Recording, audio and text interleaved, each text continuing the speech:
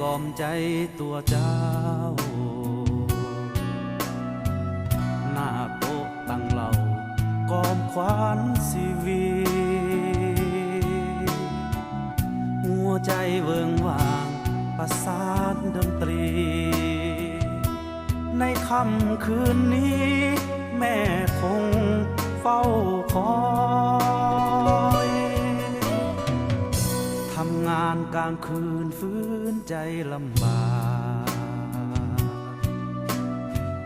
เพื่อทองเพื่อปากชีวิตสับสน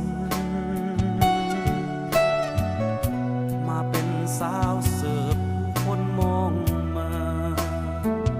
บางครั้งล่วงเกินหัวใจที่มีศักดิ์ศรีใส่ความสา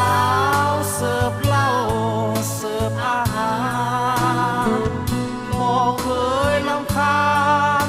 ผู้คนหยอกล้อดูหมิ่นสิ้นคนศรัทธาคิดมาน้ำตาไหลเล่นชีวิตต้องดินเลี้ยงน้องหลายคนดอกไม้เบ่งบานในยามกลางคืนส่งกลิ่นหลบซ่อนในแสงสี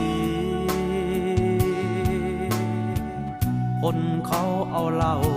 ซ้ำเติมย่ำยีบางครั้งมึนเมา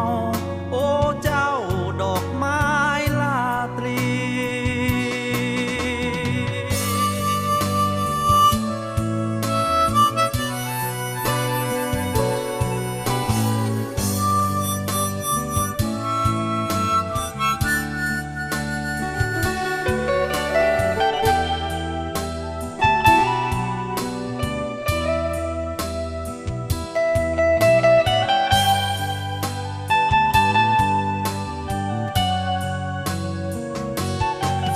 ความสาวเสิร์ฟเหล้าเสิร์ฟอาหารบ่เคยรำคาญผู้คนหยอกล้อดูหมิ่นสิ้นคนศรัทธาคิดมาน้ำตาไหลเล่นชีวิตต้องดินเลี้ยงน้องหลายคนดอกไม้เบ่งบานในยามกลางคืนส่งกลิ่นหลบซ่อนอยู่ในแสงสี